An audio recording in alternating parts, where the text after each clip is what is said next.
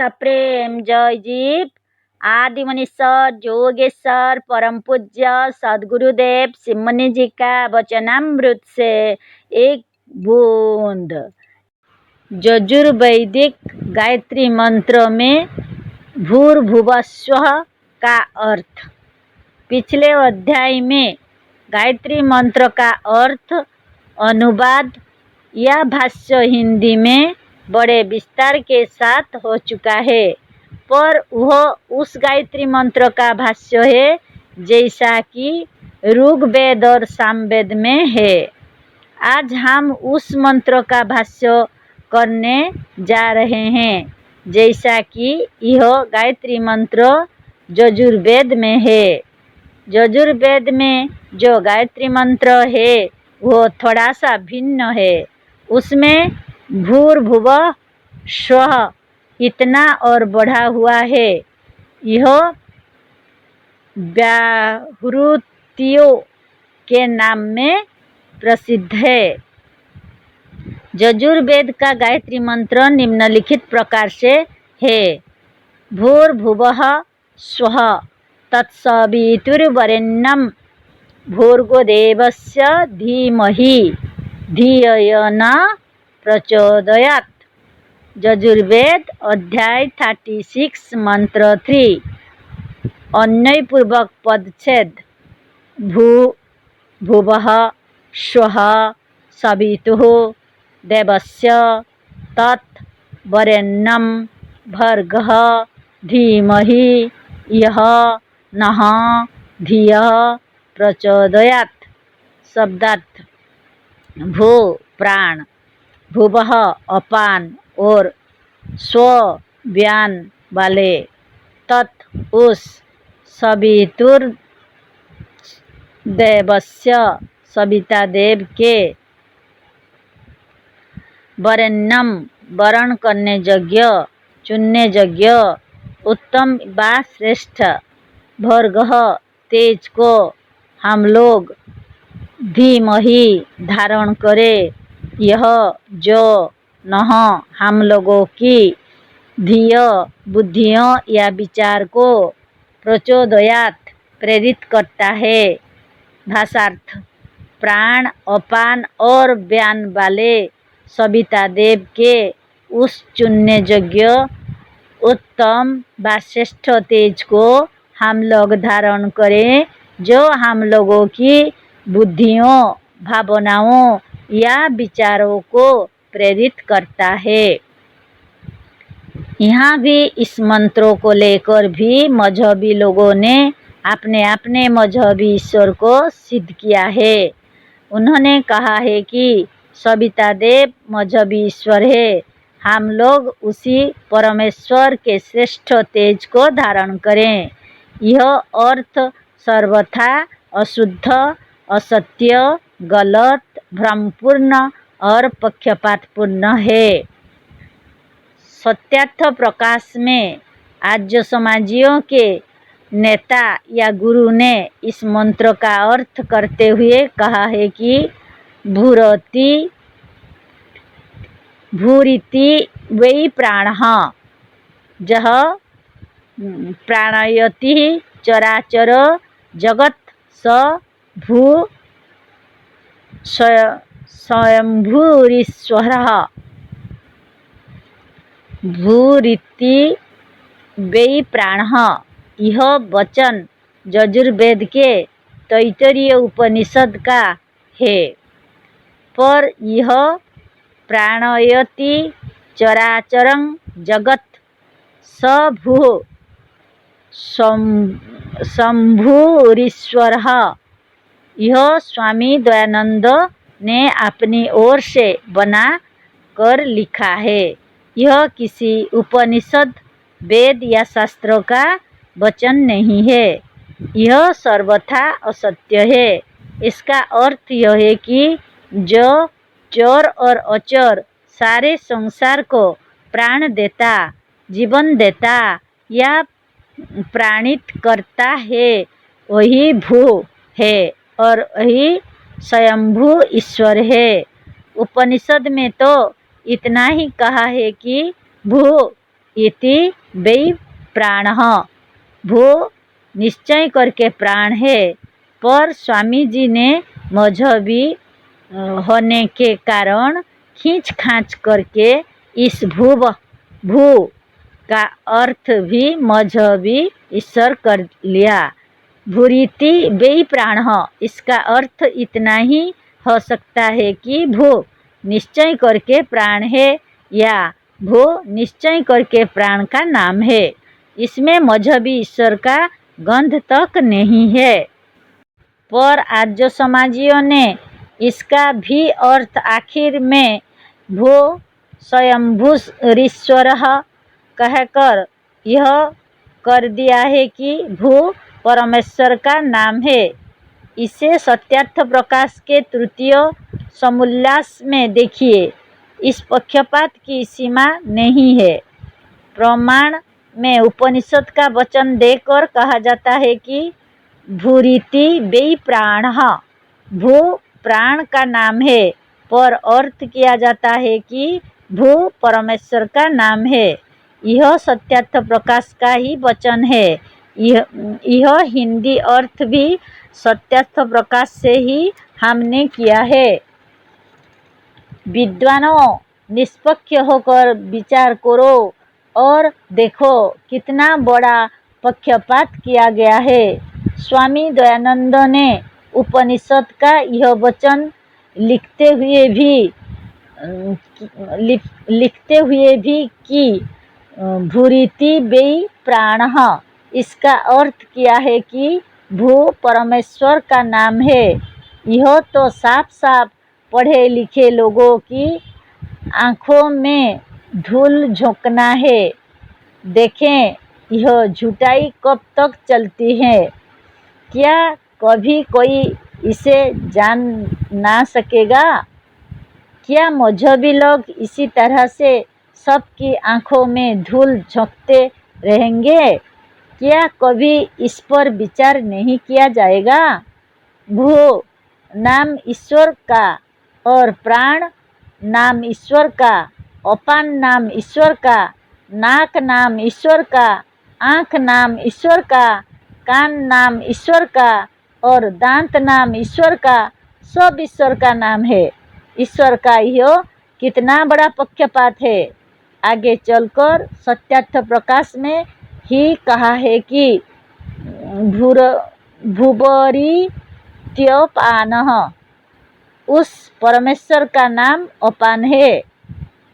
स्वरिति व्यान, यह भी लिख कर लिए हैं, क्योंकि उनके विचार में ध्यान भी स्व है और स्व परमेश्वर का नाम है। यह सब क्यों किया गया? यह इसीलिए किया गया कि जिस गायत्री मंत्र में ईश्वर सिद्ध नहीं हो सकता, उसे मजहबी परमेश्वर को सिद्ध कर दे। हमने पहले अध्याय में सविता का अर्थ बड़े विस्तार से समझा दिया है और यह सिद्ध कर दिया है कि सविता शब्द का अर्थ शिवा आत्मा के दूसरा नहीं हो सकता। यजुर्वेद के गायत्री मंत्र ने व्याहृतियों को सविता के आगे लगाकर हमारे आत्मा वाले अर्थ को और भी स्पष्ट और पुष्ट कर दिया है। देखिए, भुवः स्वः तत् सवितु देवस्य का अर्थ अब इस प्रकार होगा। प्राण, अपान और वायु वाले उस सविता देव के वरेण्यं भर्गः धीमहि श्रेष्ठ या चुनने योग्य तेज का हम लोग ध्यान करते हैं अथवा उसके श्रेष्ठ तेज को धारण करते हैं या धारण करें, यही ठीक ठीक अर्थ है। पर सत्यार्थ प्रकाश में स्वामी दयानंद ने इसका अर्थ लिखा है कि उस परमात्मा का जो शुद्ध चेतन स्वरूप है, उसी को हम धारण करें। बस यही असत्य, अशुद्ध और पक्षपातपूर्ण अर्थ करने के लिए ही भू, भुवः और स्व, इन तीनों को, और प्राण अपान व्यान, इन तीनों को सत्यार्थ प्रकाश या झूठार्थ प्रकाश में ईश्वर का नाम बतला दिया है। यदि ऐसा ना बताते तो गायत्री मंत्र से ईश्वर नहीं सिद्ध होता। किसी मजहब का ईश्वर अपान वायु वाला या अपानुवायु छोड़ने वाला नहीं हो सकता। पर इस गायत्री मंत्र में सविता देव को प्राण, अपान और व्यान वाला बताया गया है। अतः यह सविता देव अवश्य मनुष्य आत्मा है, दूसरा नहीं। इसी सविता देव या आत्मा के तेज को अर्थात आत्मबल को साधना द्वारा धारण करने को इस गायत्री मंत्र में कहा गया है। गायत्री मंत्र में आत्म तेज रूपी ब्रह्म तेज का चिंतन करने, ध्यान करने और धारण करने के लिए कहा गया है। यह गायत्री मंत्र उस आत्म तेज और ब्रह्म तेज का चिंतन करा रहा है जिसे विचार, चिंतन, ध्यान और ज्ञान द्वारा धारण कर सभी उन्नति और ब्रह्म तेज को प्राप्त कर सकते हैं। भूरिति वै प्राणः, भुवः इत्यापान, स्वरिति व्यानः। यह यजुर्वेद के तैत्तिरीय उपनिषद का वचन है। प्राण, अपान और व्यान, यही 3 प्रकार के प्राण इस शरीर के भीतर मुख्य भाग है। प्राण का स्थान शरीर के ऊपरी भाग में है, अपान का स्थान शरीर के निम्न भाग में है, नीचे वाले भाग में है, और वह गुदा द्वार से बाहर होता है। व्यान वह है जो सारे शरीर में फैला हुआ है। प्राण के इन्हीं तीनों भागों द्वारा आत्मदेव सारे शरीर का पालन और पोषण कर रहे हैं। कैसे प्राणों के द्वारा ही रक्त बनता और फिर इस रक्त द्वारा सारा शरीर बनता है, यह हमारे बनाए हुए सचित्र योग साधन में बड़े विस्तार के साथ लिखा हुआ है। यदि इन प्राणों वाली आत्मा ना रहे तो शरीर का पालन पोषण मजहबी ईश्वर क्या उनके बाप भी नहीं कर सकते। यही होता भी है।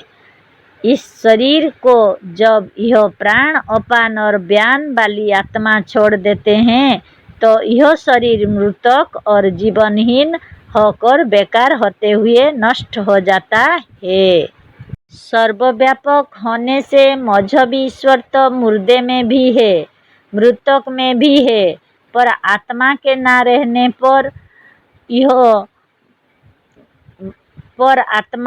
रहने पर वह मजहबी ईश्वर शरीर का कोई उपकार नहीं कर सकता।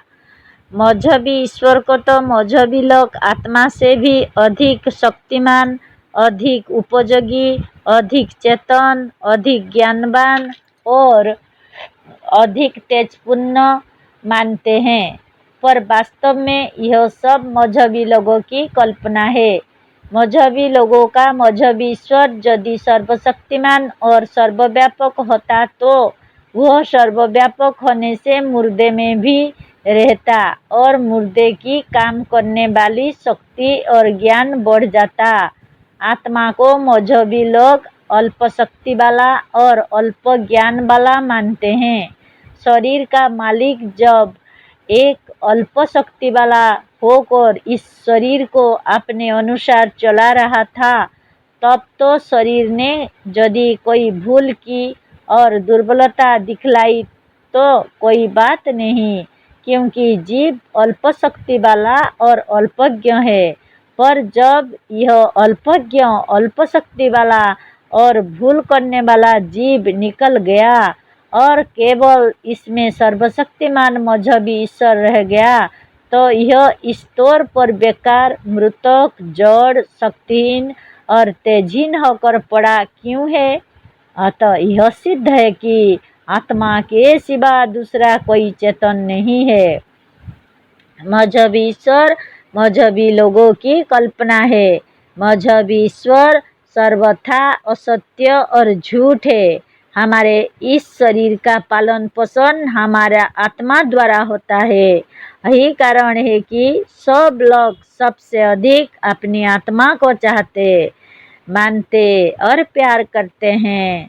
अतः आत्मा ही सबके द्वारा वरेण्य है, वरण करने योग्य है और यही हम लोगों के विचारों और मस्तिष्क में ज्ञान देकर उसकी प्रेरणा करता है।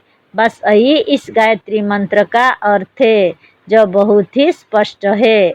पर इस सत्य और स्पष्ट अर्थों को मजहबी पक्षपात ने आज तक प्रकट ना होने दिया और लोग इसी झूठे और पक्षपात पूर्ण मजहबी अर्थ के प्रचार में लगे रहे और इसके लिए करोड़ों रुपया प्रतिमास पानी की तरह बहाकर व्यर्थ करते हैं।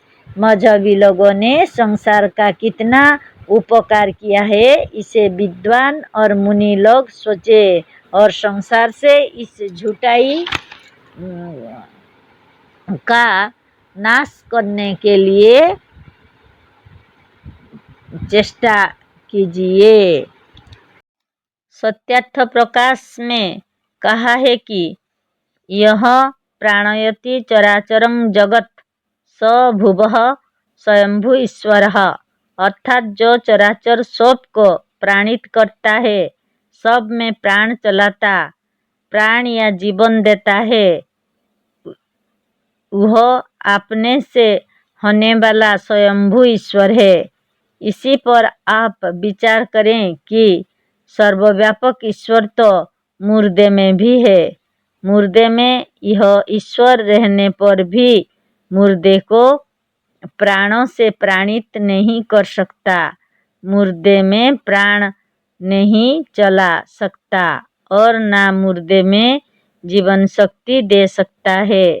अतः स्वामी जी का या दूसरे लोगों का यह कहना कि जो चराचर में प्राण देता, प्राण चलाता व जीवन देता, वह ईश्वर है, यह सरासर झूठ और असत्य है।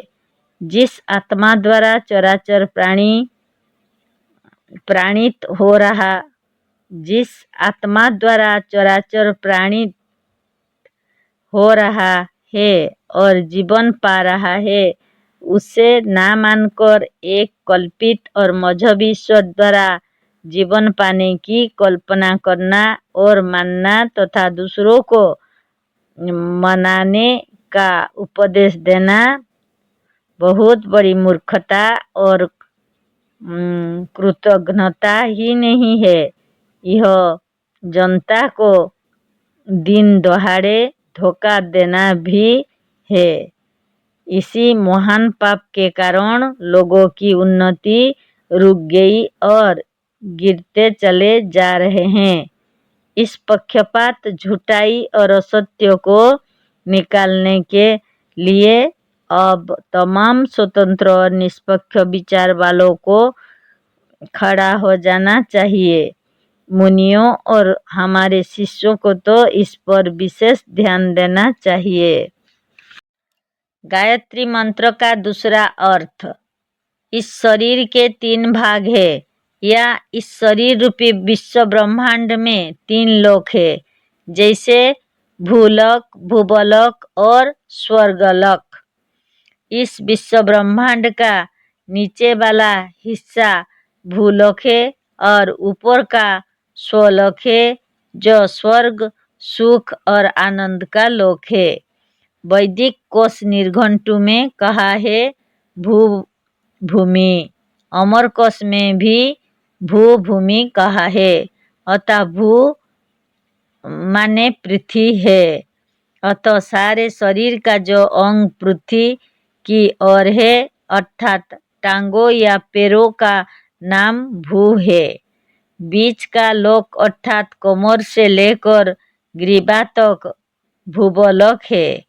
ब्रह्मरंध्र का स्थान मस्तक या मस्तिष्क स्वर्गलोक, आनंद का लोक सत्यलोक, ब्रह्मलोक या मस्तिष्क है। ब्रह्मरंध्र इसी स्वर्गलोक का नाम है। सबसे ऊंचा शरीर का मस्तक ही स्वर्ग या स्वलोक है। शरीर का नीचे वाला उरु जंघ तक भूलोक है। पृथु अर्थात कटी प्रदेश कमर से ग्रीवा तक भूबलोक है और शरीर का सबसे ऊंचे वाला भाग मस्तक स्वलोक है।